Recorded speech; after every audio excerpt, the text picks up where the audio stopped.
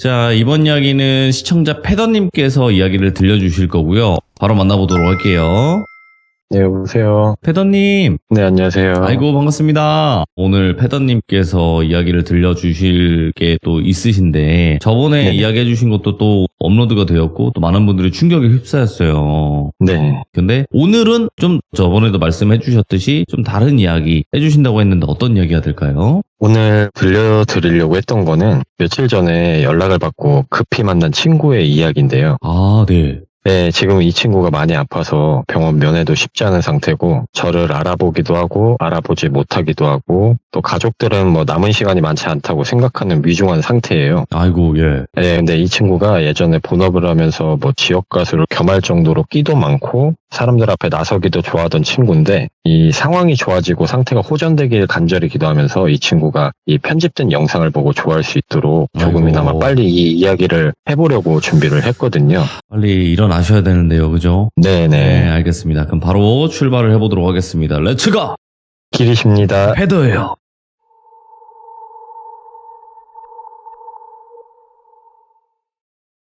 이 친구를 영수라고 칭하고 제 가장 친한 친구 중 한 명인 영수의 이야기를 시작해 볼게요. 그 몇 년 전쯤 무더운 여름이었어요. 집에서 에어컨을 쐬며 야구를 보고 있었는데 예. 아내 핸드폰이 울렸고 이어서 이제 영수 씨한테 전화 왔다고 받아보라고 하더라고요. 전에도 한번 말씀드렸었는데 제가 귀가하면 핸드폰을 사용하지 않았었어요. 물론 그 이후에는 퇴근 후에 새로 마련한 세컨폰을 사용하긴 했었는데 그래서 가족이나 친구들은 급한 용무가 있으면은 아내에게 전화를 했었어요. 그렇게 전화를 넘겨받았고 반갑게 통화를 했죠.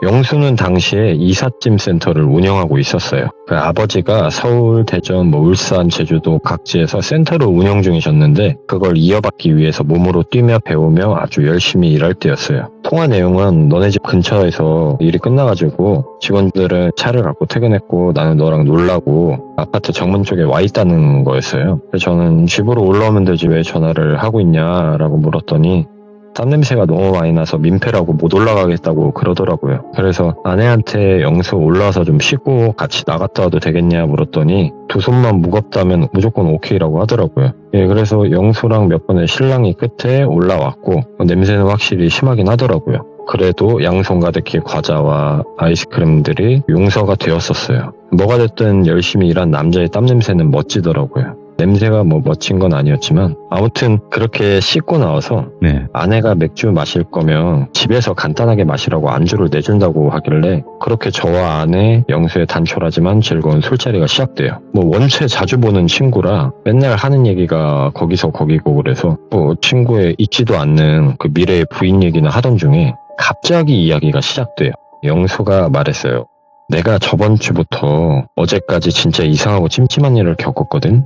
그런데 이 이야기를 아무리 너지만 해도 될런지 모르겠다 이렇게 얘기를 하더라고요. 그래서 무슨 이야기인데? 라고 물었더니 맥주를 쭉 들이키면서 이야기를 해요. 한 달 전쯤에 견적호를 받고 느지막한 시간에 춘천에 갔었어. 크지도 작지도 않은 적당한 크기의 전원주택이었고 도착해서 초인종을 눌렀는데 고장이 난 건지 사람이 없는 건지 안에 반응이 없더라고. 그래서 견적 문의를 주신 아주머니께 전화를 걸었어. 근데 전화를 안 받으셨고 이거 허탕인가? 아까도 통화를 했는데 조금만 더 기다려볼까 하다가 무심결에 대문을 쓱 밀어보니까 문이 열리더라고. 원래라면 주인이 있을지 없을지도 모르는데 들어가면 안 되지. 안 되는 게 맞는데 그땐 그냥 들어갔어. 혹시나 앞에 현관에 노크를 하면 사람이 있으면 나오겠지라는 생각만 하고 그냥 막연하게 들어갔던 것 같아. 노크를 했는데 아무런 기척이 없더라고.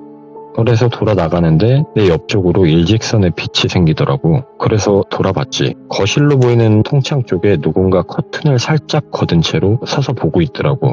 나이는 중고등학생처럼 보이는 여자아이가 서서 보고 있었고 그래서 사람이 있었네 라는 생각과 함께 그쪽으로 갔어. 근데 그 아이는 나를 보며 손으로 X자를 만들더니 커튼을 다시 젖혔어. 조금 당황해서 가던 길을 멈추고 서 있는데 이후로는 커튼이 열리지 않더라고. 문을 다시 두드려 보려고도 했는데 그때 스친 생각이 혹시 부부싸움이나 어떤 곤란한 상황이 있는 건가? 나중에 다시 와야겠다라는 생각이 컸던 것 같아. 그래서 돌아 나와서 대문을 닫고 차로 왔어. 이 계약이 될지 안 될지도 모르는 상황에 제법 먼 거리까지 견적 때문에 왔다가 화탕치는 날은 솔직히 말하면 기분이 썩 좋진 않아. 그래서 그냥 서울로 돌아가려고 하고 있는데 그러다 배도 출출하고 여기까지 왔는데 막국수나 한 그릇 먹어야겠다 싶어서 버스터미널 근처에서 식당을 고르고 있었어. 근데 견적을 내달라던 아주머니께 전화가 오는 거야. 아주머니가 오는 길에 버스에서 우연히 동창을 만나서 밥 먹고 카페에 가던 중에 갑자기 생각나서 전화를 하셨던 거더라고. 나한테 미안하다고 계속 얘기하시는 걸 뒤로 두고 괜찮다고 그러실 수 있다고. 저도 중엔 약속 잡고 가끔 깜빡하기도 한다. 아까 집에 갔다가 따님만 계시는 것 같아서 도로 나와서 가던 중에 연락을 주셔서 받았다. 혹시 자리가 끝나신 거면 제가 지금 집으로 찾아뵈도 되겠냐 하더니 자기도 이미 집으로 가고 있다고. 근데 우리 딸을 어떻게 보았냐고 나한테 되묻더라고. 그래서 대문이 열려 있어서 사람이 있는 줄 알고 들어갔는데 노크를 했더니 아무도 안 나오고 거실 쪽에 커튼이 열리더라고요. 거기서 따님을 봤어요. 이렇게 말을 했더니 우리 딸은 앞이 안 보여요 그러더라고. 속으로 그래서 그래서 그런 행동을 했었던 건가 생각하면서 그래요? 저도 제대로 보진 못했어요. 커튼 쪽에 잠깐 계시다 들어가셔서요. 그렇게 말하고 내가 그때 거기서 그 집까지 가는 거리가 한 10분 정도 남았기에 10분 정도 후에 도착할 것 같다 이렇게 말씀을 드렸더니 알았다 하시더라고. 그렇게 그 집으로 다시 돌아갔어. 도착해서 조금 있으니까 아주머니도 오셨고 같이 집으로 들어갔어. 우선 이렇게 표현하면 안 되지만 속된 말로 돼지우리 같더라. 냄새도 냄새지만 무슨 잔짐이 그렇게 많던지 거실과 부엌 사이는 발 디딜 틈이 없더라고. 근데 그럴 수밖에 없더라. 아주머니도 시각장애를 갖고 계시더라고. 다행히도 한쪽 시력은 남아있어서 생활은 됐는데 딸은 초등학교 5학년에서 6학년쯤 시력을 잃었다고 하더라고. 그 상황에서 더 깊게 이야기하는 게 나도 부담스러워서 견적만 내드렸고 이게 너는 잘 모르겠지만 제주도는 이사 가격이 정말 비싸. 그래서 나는 제주도 이사 관련 건들은 우리가 싣고 목포로 가고 아버지 아는 분이 화물 운수업을 하셔서 그쪽을 통해서 제주도로 나가는 차 중에 짐칸 빈 차들 이런데 몇 대 이렇게 해서 내보내거든. 그럼 가격이 그래도 많이 다운이 돼서 그래서 그런 쪽으로 말씀을 드렸더니 그냥 내가 직접 제주도까지 해주시길 바라더라고. 물론 그렇게 했을 때 금액까지도 수긍을 하셨고 그렇게 이사 날짜를 잡게 됐고 나는 돌아왔어. 그리고 저번 주 춘천 제주도권 이삿날 당일이었어. 직원들과 이모님과 이 집 조금 힘들 수 있으니 각오해라 했던 말이 무색하게 집이 말끔하더라고. 알고 보니까 일주일 전쯤에 전문 청소업체를 통해서 정리를 한번 하셨더라고. 어차피 큰 차 한 대면 될 짐이었기에 금액 변동은 크게 없었지만 일이 한결 수월했어. 그렇게 1박 2일에 걸쳐 제주도로 이사를 잘 끝내드렸고 아주머니와 딸도 사람 너무 좋고 간 김에 직원들과 맛있는 것도 먹고 직원들은 같이 온 스타렉스로 먼저 갔고 나는 온 김에 낚시도 좀 하고 가려고 2일 정도 뒤에 복귀를 하려 했었어. 이렇게 세컨하우스로 가서 내 짐들을 내리고 있는데 그 싸제로 장착해놓은 수납 공간이 있는데 거기에 내 치실이나 세면도구 같은 생필품들이 있어서 열었는데 처음 보는 책이 한 권 있더라고. 두께도 제법 됐고 이게 누구 거지? 책이라기에 표지가 꼭 옛날 우리 시절 때 쓰던 수학의 정석 그 초록색 그런 느낌이더라고. 이렇게 대충 쭉 보니 군데군데 먼 글씨도 써있고 그래서 좋다. 오늘 안주거리는 이거다 하고 챙겨갔어. 그렇게 짐들을 우르르 대충 던져놓고 우선 소맥을 한 잔 말았어. 내가 사후세계가 있다면 소맥과 지옥이 있을 거다라고 생각할 정도로 일 끝나고 소맥 한 잔은 천국 가도 같단 말이야. 그렇게 TV를 켜놓고 채널을 돌리다 아까 그 책 뭐지 싶어서 갖고 와서 누웠어. 너 혹시 점자로 쓴 거 실제로 본 적 있니? 난 처음 본 건데 이건 점자로 뭔가를 써놓았다는 걸 알 수 있겠더라. 그리고 한 장 넘겼을 땐 이름이 있었고 그 딸아이의 이름이었어. 아까 일을 마칠 때 바카스를 주러 내 차로 왔었는데 이런 높은 차 한번 타보고 싶다 해서 올려주고 이런저런 거 알려주고 그랬었는데 그때 놓고 간 것 같더라고. 그리고 쭉 넘겨서 훑어보니 이게 일기장 같은 거구나라는 걸 알았어. 그리고 그걸 알았다는 걸 인지할 때쯤은 조금 소름이 돋더라고. 일기는 점자로 찍은 듯이 수십 수백 페이지가 써져 있었는데 그 중간중간 아주 작은 글씨로 무엇들이 적혀 있었거든. 그리고 그 글을 몇 개 읽는데 어쩌면 놓고 간 게 이게 일부러 놓고 간 거일 수도 있겠구나 싶더라고. 내가 아까 소름 돋았다는 이유이기도 했어. 아무리 시력을 잃은 지 5년에서 6년 정도밖에 되지 않는다고 하더라도 자를 대고 그린 것 같은 줄에 정확하게 맞춰 글씨가 써져 있더라고. 내용들은 하나같이 엄마에 관한 이야기였어. 근데 조금 특이한 걸 엄마를 돌순이라 칭해볼게. 그럼 보통은 엄마나 친구 같은 모녀 사이면 장난스럽게 돌순씨까지는 이해는 하겠거든. 근데 거긴 김돌순은 어쩌고 저쩌고 대부분 그런 류로 짧은 글들이 써있더라고. 정확히 기억나는 몇 가지가 있는데 김돌순은 이 땡땡을 싫어한다. 김돌순은 이 땡땡을 죽이고 싶어한다. 김돌순은 중국 사람이다. 나도 중국 사람일까? 이 땡땡은 세 번째 아빠다. 이 땡땡도 없어졌다. 김돌순은 박땡땡을 데려왔다. 김돌순은 박땡땡을 싫어한다. 대충 이런 글들이 가득했어. 그리고 맨 마지막에 있던 그 글이 좀 충격적인데 김돌순은 결국 박땡땡도 죽였다 라고 적혀 있더라고. 그래서 이게 뭐지? 박땡땡을 죽였다고? 이게 소설인지 아니면 정말 뭔가가 있는 건지. 그리고 이쯤에서 하나 스치듯이 기억나는 게 있는데 견적 따러 간 날 커튼을 열고 X표를 하며 나를 쳐다본 날 눈이 안 보이는 것 치곤 나와 눈을 너무 잘 마주쳤었거든. 내가 멈춰 돌아서서 통창의 앞까지 가는 동안에도 내 움직임을 따라다녔다 해야 될까? 누가 봐도 눈이 안 보이는 사람이라고는 모를 정도로 그렇더라고. 그래서 혹시 나에게 뭔가를 전하려고 이 책을 넣어놓은 건가 싶더라고. 날도 너무 늦었고 그 집에 한 번 더 가고 싶어서 몇 시간을 고민했던 것 같아. 그러다가 든 생각이 짐이 많이 줄어서 일하기가 수월했었잖아. 그래서 그걸 핑계 삼아 아이에 관련된 선물 같은 걸 좀 준비해서 책도 돌려줄 겸 내일 한번 가봐야겠다 생각했어. 그렇게 다음날이 되었고 뭘 좋아할지 몰라서 먹을 것들 좀 포장을 했었고 인터넷 검색을 통해서 점자 책을 파는 서점을 찾았고 가서 책을 구매했어. 2권을 구매했고 따로 포장을 하면서 나한테 주었던 일기장 같은 것도 포장을 해버렸어. 혹시나 엄마가 어떤 사람인지 아직은 모르겠지만 조금 조심해야 할 필요가 있을 수도 있을 것 같아가지고. 그리고 아주머니께 점심쯤 전화를 드렸어. 다행히 금방 받으시더라고. 이사도 너무 수월했고 제가 어제 복귀를 못하고 오늘 복귀를 하는데 가기 전에 그 딸아이 선물이 있어서 주고 가고 싶다고 그랬어. 다행히도 흔쾌히 허락을 해주셔서 나는 댁으로 갔지. 그리고 아이는 나와서 인사만 하고 본인 방으로 들어가더라고. 그 아주머니께 딸아이 선물이 있어서 방에 가서 좀 전해줘도 괜찮겠냐 했더니 감사하다 그렇게 얘기를 하시더라고. 그렇게 딸아이 방에 노크를 하고 들어가도 되냐고 물었더니 들어오라고 하더라고. 그리고 점자책이라고 2권을 주었고 또 나한테 줬던 일기장이 포장된 것도 주었어. 그리고 이건 내 차에 있던 건데 너의 것 같아서 가져왔어 라고 했더니 혹시 읽어보셨냐 묻더라고. 그래서 읽었다고. 점자는 못 읽는데 글로 써놓은 거 다 읽었다고 이렇게 얘기를 했더니 이따가 그럼 이것도 좀 갖고 가주시라고 이렇게 얘기를 하면서 다른 일기장을 한 권을 더 주더라고. 그래서 내가 가져갔던 그 일기장의 포장지를 잘 뜯어서 그 새로 받은 일기장을 포장을 해서 갖고 나오려고 하는데 나한테 한마디 하더라고. 이 번호로 화요일, 금요일은 9시에 문자가 가능하다. 보통 20분 정도 가능하다. 그래서 나는 그 얘기를 듣고 묻고 싶은 것도 많고 이야기하고 싶은 것도 많았는데 참았어. 그리고 재빨리 나와서 아무렇지 않은 척 부엌에 있던 과일을 깎는 돌순이 아줌마한테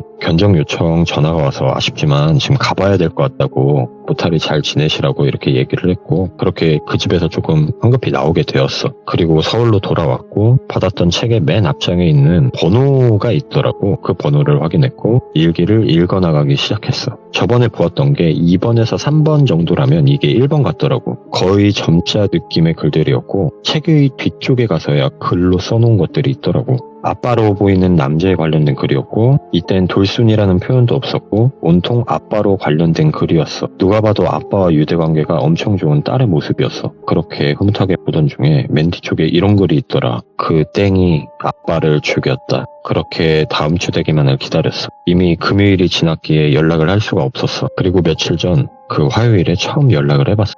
묻고 싶은 게 너무 많았다고. 아빠 이야기는 뭐고 또 현재 너의 눈 상태는 어떤 거고 이 글들을 나에게 보여준 이유가 뭔지. 그리고 답장이 왔어. 삼촌 저 눈 보여요. 사람을 구별할 정도는 돼요. 아빠 이야기는 말 그대로예요. 삼촌이 먼저 본 노트도 다 사실이에요. 삼촌이 경찰에 신고 좀 해주세요. 제가 동생이 있었어요. 동생은 정말 앞이 안 보였었는데 죽었어요. 아마 죽었을 거예요. 엄마가 죽였어요. 동생도 아빠를 죽인 범인이 엄마인 걸 알았고 경찰에 신고를 했다가 죽었어요. 그날 밤에 엄마랑 동생이 나갔다 왔는데 동생이 없어졌거든요. 그날부터 지금까지 증거는 우리가 이사 온 집 제 방 장판을 들춰보세요. 그 집은 지금 아무도 안 살고 있어요. 비밀번호는 땡땡땡이에요 라고 보냈더라고. 그러다 보니 이미 시간이 지났고 혹시나 해서 9시 15분 정도부터는 내가 연락을 하지 않았어. 그리고 고민에 고민 끝에 그날 나와서 시동을 걸고 그 새벽에 그 춘천집으로 향했어. 미친놈 같겠지만 너였어도 그랬을 테니까. 그렇게 도착해서 우편함에 있는 그 열쇠로 대문을 따고 들어갔고 이사 나갈 때의 상태 그대로더라고. 현관의 비밀번호가 그 딸아이가 알려준 대로 눌렀더니 문이 열렸고 이게 새벽에 빈 집이라 더군다나 뭔가 느낌이 쎄하니 더 오싹하더라고. 핸드폰 플래시를 켜고 아이가 있던 방으로 갔어. 그리고 그 장판을 여러 번 들쳤었는지 내 모퉁이 중에 한쪽이 손때가 좀 타있더라고. 그곳엔 원래 가벼운 플라스틱 수납장 같은 게 있었던 곳인데 아무튼 그렇게 거길 제꼈는데 바닥에 여러 그림과 상호명이 적힌 가게 또 주소를 특정할 만한 약도 같은 게 그려져 있더라고. 조금만 검색하면 어디인지 알 것 같았어. 그리고 그 그림 옆에 어떤 산을 그려놨는데 제법 자세하게 적혀 있었어. 입구에 어떠한 특징이 있고 8분 정도 올라가다 보면 갈래길이 나오고 오른쪽으로 12분 정도 걸어가면 나무 계단으로 바뀌면서 울타리 같은 곳에 줄이 이어져 있었는데 네 번째 계단만 울타리가 줄이 없다고 이렇게 적혀 있더라고. 그리고 그 줄이 없는 쪽으로 쭉 1분만 들어가서 아래쪽을 내려다볼 때 정면에 나무 중간쯤에 나무 껍질이 깊게 패인 나무가 있는데 그 나무 밑을 가리키는 내용의 그림과 글들이었어. 그리고 본인은 1분에 50m 정도 걷는다고까지 정확하게 적혀 있더라고. 실제로 나한테 가봐라, 파봐라 이런 글들은 아니었는데 그림이 의미하는 것이 그 밑을 파보란 이야기 같더라고. 그래서 그것들을 다 사진을 찍어서 집으로 돌아왔고 내 나름대로 정리를 하기 시작했어.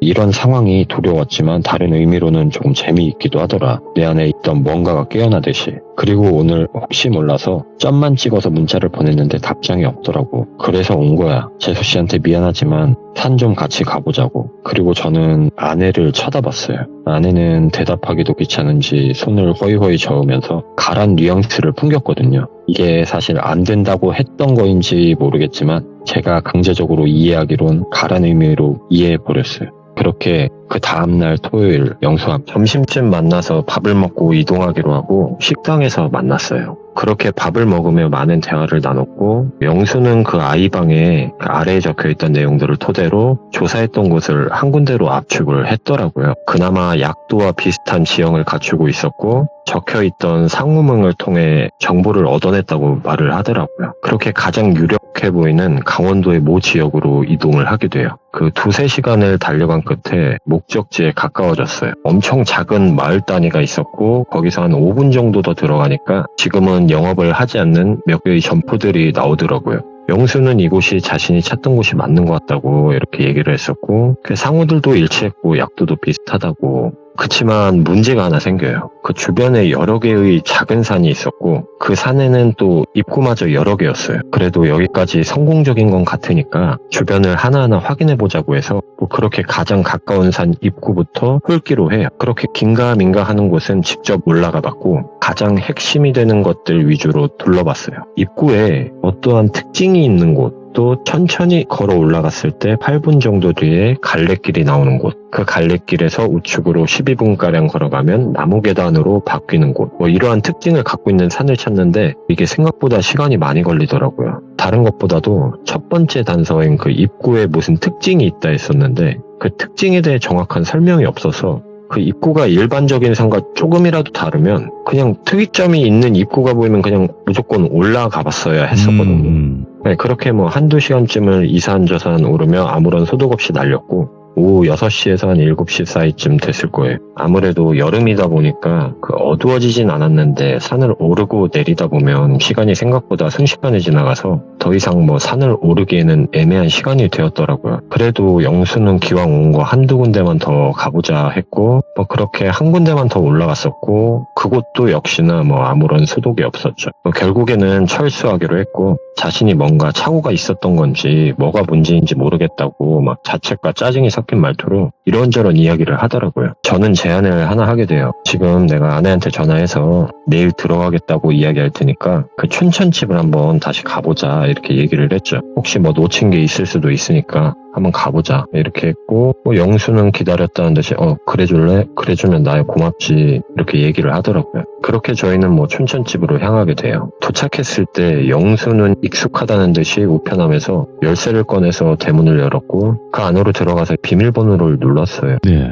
그런데 막 괜시리 주변을 둘러보게 되더라고요. 이게 내 집도 아니고 영수네 집도 아닌 그 남의 집 대문을 열고 들어와서 현관의 비밀번호를 이렇게 누르고 있는 영수를 보니까 뭔가 범죄를 저지르는 기분처럼 좀 찝찝하기도 하고 심장이 콩닥 거리더라고요. 뭐 아무리 집주인의 딸이 비밀번호를 알려줬고 확인해달라고 해서 들어간 거지만 그래도 왠지 모를 저를 더 불안하게 만드는 소리가 들려왔어요. 비밀번호 틀렸을 때 나는 그 띠리띠리띠리 그런 소리였고 영수는 다시 비밀번호를 누르더라고요. 여지없이 또 비밀번호는 맞지 않았고 이거 왜 이러지? 비밀번호 이거 맞는데 라고 하더라고요. 네. 그래서 불안해진 제가 야 가자 나가자고 혹시 이거 집 내놓아서 부동산이랑 뭐 이렇게 해서 비밀번호 바꾼 거 아니냐고 나가자 하면서 끌고 나왔어요. 그렇게 차로 와서 영수는 말도 안 된다고 내가 여기 왔다 간 지 얼마나 지났다고 비밀번호가 바뀌냐고 그러더라고요. 그래서 어쨌든 이사 간 지는 벌써 2주가 됐으니까 그 사이에 비밀번호 바뀌기 전에 네가 뭐 운 좋게 들어갔다 왔는지는 모르겠는데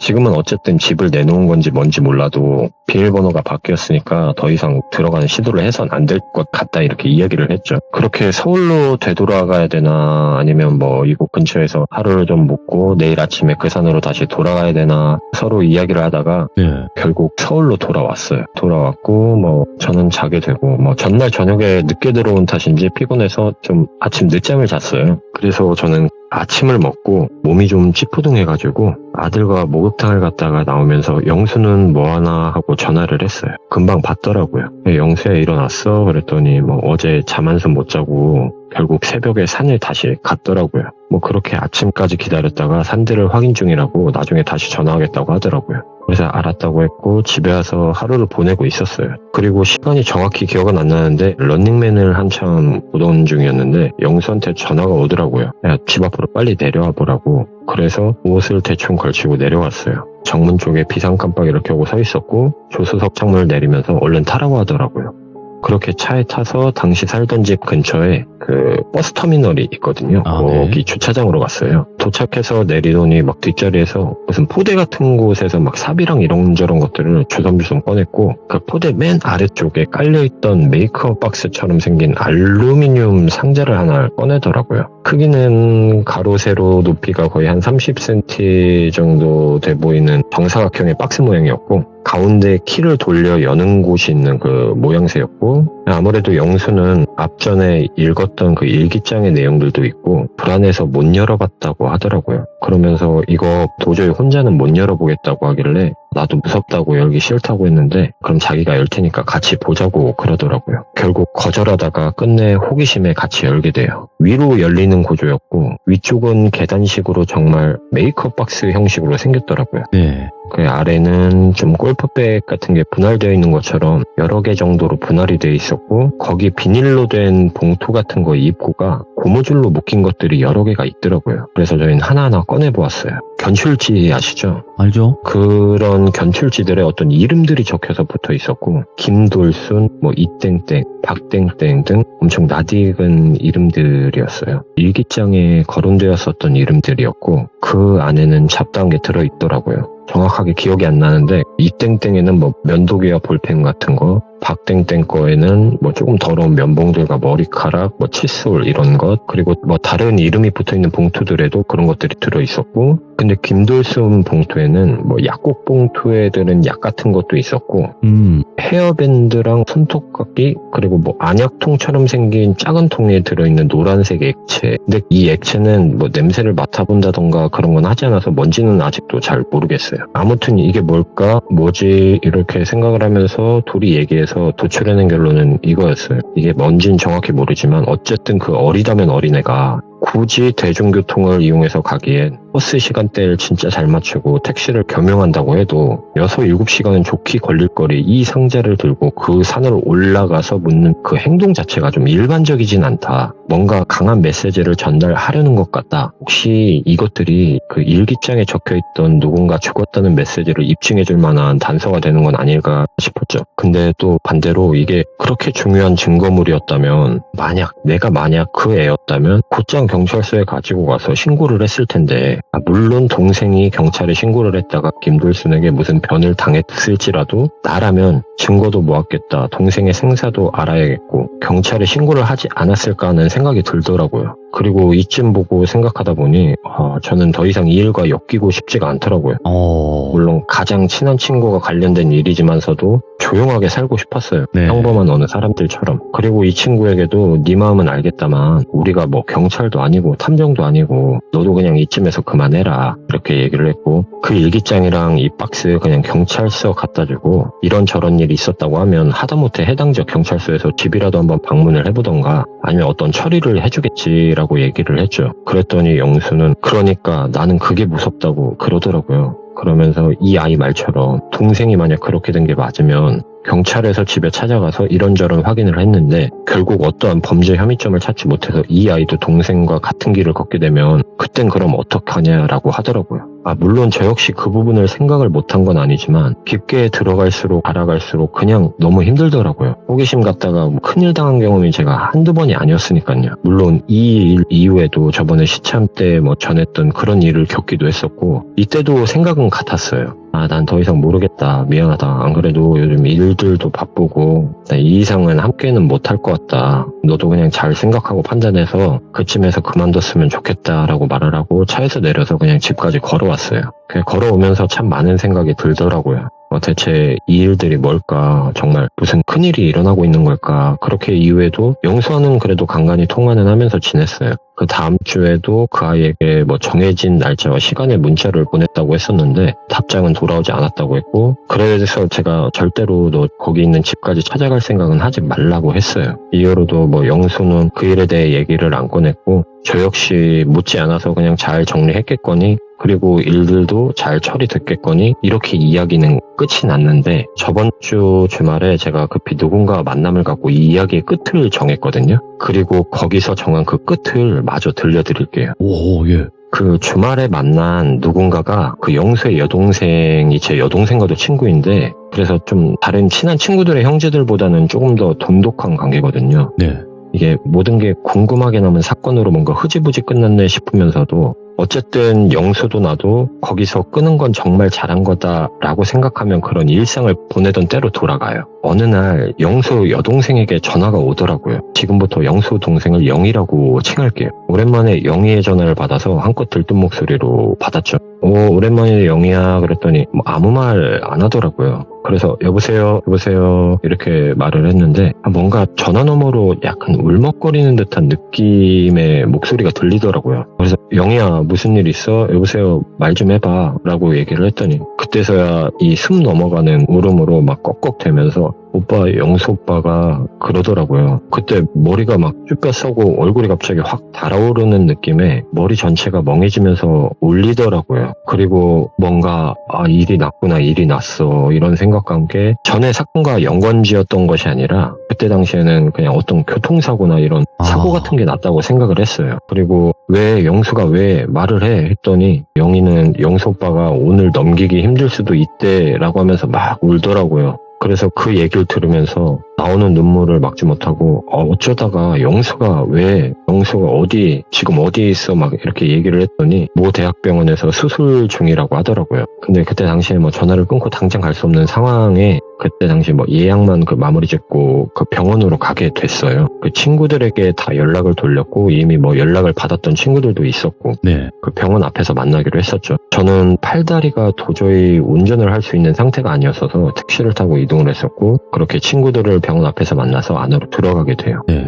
그 안에는 어머님, 아버님과 친척분들, 영희 직원들도 있었고 그 수술이 끝날 때까지 그냥 너도 나도 아무런 대화도 못하고 두 손만 붙들고 간절하게 기도를 했어요. 그렇게 오랜 시간이 지나서야 수술이 끝났고 이제 영수는 정환자실로 갔고 네. 저희는 뭐 볼 수는 없었어요. 당일에는. 예, 그냥 밖에서 수술 잘 견뎌내준 걸로만 감사하게만 생각했고 네. 그냥 면회는 그 이후로도 좀 꽤나 오랜 시간 동안 하지 못했어요. 영수는 정상적으로 일상생활을 하지 못하는 단계였고 머리도 많이 다치고 기억도 뭐 어느 지점의 일부만 뜨문뜨문하게 기억하는 정도였고 네. 가족도 못 알아봤으니까요. 그때 당시에.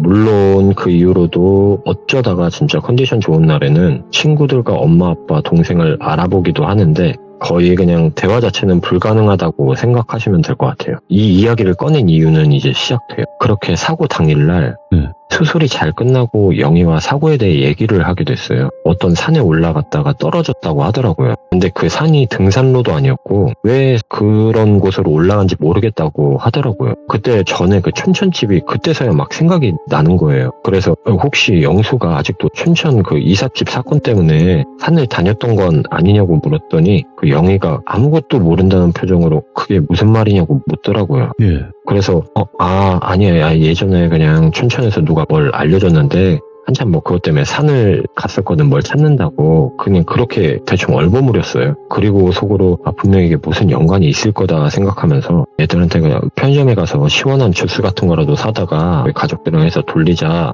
다른 친구에게 여기 주스 좀 사다 돌리자 이렇게 같이 가자고 했더니 그 A가 갑자기 오더니 형 저랑 같이 가요 그러더라고요. 그 A가 누구냐면 그 영수 이삿짐 센터에서 일하던 직원이었어요. 근데 저희랑 뭐 같이 풋살을 차기도 하고 해서 일반적인 직원보다는 좀 애착 인형 같은 동생이었거든요. 그래서 그래 갔다 오자고 이야기를 하고 엘리베이터를 타고 내려가던 중에 형 저 나온 김에 저쪽 가서 담배 한 대만 피고 가면 안 돼요? 이렇게 얘기를 하길래 그럼 갔다 와 나 주스 사고 있을게 이렇게 얘기를 했더니 아니 형 같이 가요 드릴 말씀이 있어요 이렇게 얘기를 하더라고요. 그리고 A가 얘기를 해요. 형 이거 신고 제가 한 거라고. 그래서 아까 영희랑 얘기하다 들었다고 너랑 통화하던 중에 사고가 났다며.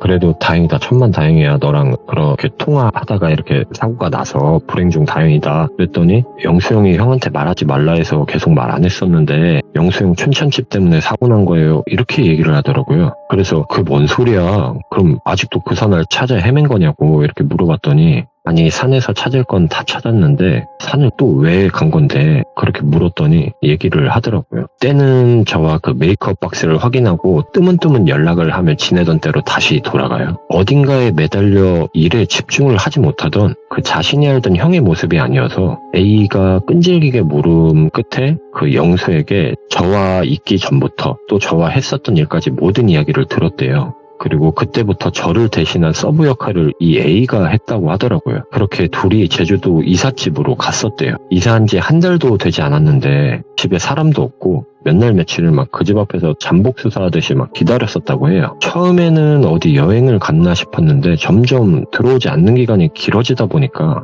주변의 편의점부터 이곳저곳을 탐문하다가 돌아왔었대요. 그리고 이후에도 중간중간 제주도를 방문할 때마다 가서 확인을 했지만 여전히 사람은 없었고 그러다 어느 날 그 집 앞에 어떤 할아버지를 우연히 마주쳐서 혹시 이 집에 관련되신 분이냐 이렇게 여쭈었더니 자신이 이 집 주인이라고 하더래요. 근데 여기를 처음에 원래 연세 계약을 했어야 되는데 월세로 계약을 하자 해서 월세로 계약을 줬는데 한 달이 지난 시점부터 뭐 연락도 안 되고 월세도 안 들어와서 방문을 했다고 하더라고요. 그래서 혹시 뭐 집안에 뭔 일이 있나 싶어서 경찰을 불렀다고 하더라고요. 예. 그렇게 한번 들어가 보려고 한다 이렇게 하셔가지고 얼떨결에 경찰을 같이 기다리게 되었대요. 그렇게 경찰분들이 오셨고 열쇠공분 이렇게 오셔가지고 문을 따고 집에 들어갔대요. 그리고 그 집에는 아무도 없었대요. 생활 흔적이 꽤나 끊긴 것처럼 집에 막 거미줄도 쳐져 있고 근데 그 안에 어떤 사람이 잘못되진 않아서 한편으로는 좀 다행이라 생각을 하고 그렇게 나오는데 영수 눈에 뭔가 보인 거죠. 그 신발장 옆 수납장에 뭔가 낯익은 게 눈에 들어왔대요. 우선은 급히 나왔고 나오면서 곰곰이 생각해보니까 자신이 처음에 읽었던 그 일기장이더래요. 네. 그때부터 영수는 더 불안해지기 시작했어요. 왜냐면 그 아이랑 핸드폰 연락도 갑자기 안 됐고 혹여나 그 김돌순이 정말 범죄자라면 그 김돌순이 봐서는 안 될 것이 저렇게 오픈된 공간에 떡하니 놓여있는 게 너무 불안하더래요. 심지어 그 둘 다 없어졌고 그렇게 고민을 하다가 그 경찰분께 있었던 일들을 다 얘기를 했고 자신이 갖고 있던 증거 사진들, 일기장을 제출했고 이제 수사가 진행이 되었죠. 그렇게 자신의 할 도리는 다 해서인지 영수는 차츰 전처럼 돌아왔대요. 근데 사건 당일로 다시 돌아와요. 오늘 아침 갑자기 A에게 전화가 왔대요. 그 여자애를 찾은 것 같다고. 그리고 몇 시간 뒤에 산에 올라가면서 또 전화가 왔고 통화를 하던 중에 갑자기 비명소리와 함께 이런 일을 당했다고 하더라고요. 그러면서 뭔가 이것과 영수형이 관련돼서 사고로 위장된 어떤 사건이 일어난 것 같다고 이야기를 하더라고요. 듣는 내내 저도 같은 생각을 하긴 했고 그 A에게 그럼 이 이야기 사건 진행 중에 그 경찰분께 전해 드렸냐고 물었더니 얘기를 못했다고 하더라고요. 그래서 저희는 영수 핸드폰에 그분 번호가 있어서 그분께 전화를 드렸죠. 그 경찰분께 이런 사건이 있었다고 얘기를 드렸고 그 얼마 후에 새로 사건을 맡은 경찰분이 그 병원으로 오셔가지고 영수의 핸드폰도 확인을 했고 그것과 관련해서 이제 수사를 하셨어요. 그리고 그렇게 사건이 진행된 지 좀 꽤나 오랜 시간이 지난 저번 주 제가 급히 전화를 받고 영수에게 달려가게 되는 일이 있었거든요. 네네. 그게 그때 당시 영수가 사고가 난 게 아니라 사고는 이미 그 전이었고 제가 급히 전화를 받고 간 이유가 있어요. 정말 양말도 신지 않고 달려나갈 수밖에 없었거든요. 전화로 영수가 정확하게 제 이름을 얘기하면서 페더야, 윤슬이가 날 밀었어. 윤슬이가 날 밀었어. 너무 무서워. 이렇게 얘기를 했거든요. 그러고 저는 달려갔고 이렇게 이야기는 끝이 나요. 근데 제가 이름이나 지형뿐만 아니라 좀 많은 걸 바꿔서 이야기를 드렸어요. 네. 현재 이게 사건이 진행 중인 사건이거든요. 야, 섬뜩하네. 그래서 결과가 나오면 초에 이야기를 해드려야 될 것 같아서 제가 좀 많이 바꿨고 참고로 지금까지 알게 된 건 윤술이라 얘기했던 게 그 어린애였어요. 그 윤수리의 생사는 지금 알 수 없고 경찰 쪽에서는 아마 극단적인 선택을 하지 않았을까에 초점을 두고 수사는 진행 중인데 일기장에 나왔던 사람들은 현재 행방을 진짜 찾을 수가 없대요. 그리고 김돌수는 그 제주도로 이사갔던 그 해, 그 당해년도에 변사체로 발견이 되었어요. 이거는 뉴스로도 나왔고 이게 사고로 위장된 타살로 결론이 났었고 그리고 그 둘 사이는 가족이 아니었대요. 그 눈이 불편한 척 어느 센터에서 만난 친해진 그 윤수리를 이혼을 하고 나서 어린 딸을 키우던 김돌순이 너무 가여워가지고 윤수리를 가족으로 받아줬고 그렇게 지내던 중에 윤수리와 시장에 가다가 교통사고로 친딸이 죽어요. 근데 그 친딸도 사고가 아닌 사고사로 위장한 살땡이 아니었나 의심한다고 하더라고요. 아무튼 아직 끝나지 않은 사건이라 원훗날 이제 윤수리의 행방에 대해 뉴스나 신문으로 만날 수 있지 않을까 해서 제가 가장 친한 친구가 겪은 위험한 일에 대해 한번 이야기를 해보았습니다. 근데 이게 아직 진행형이라고 생각을 하니까 어떻게 또 될지는 모르겠지만 패더님께서는 일단 들려주실 수 있는 부분까지는 다 들려주신 거잖아요. 네, 맞습니다. 너무너무 감사드립니다. 이게 여러 가지 그 추측이 난무할 것 같아요. 그죠? 네. 그럴 수밖에 없는 이야기이기도 했고 그래서 오늘 이야기 또 용기 내서 들려주셔서 감사드리고 항상 우리 또 패더님을 기다리시는 분들이 너무나 많기 때문에 항상 밝은 모습으로 찾아뵙기를 바랍니다. 감사합니다. 네, 알겠습니다. 네, 감사합니다. 네. 굉장히 여러 가지 의견들이 많아질 이야기인 것 같은데 여러분들의 생각을 댓글로 꼭 남겨주시길 바라겠습니다. 감사합니다.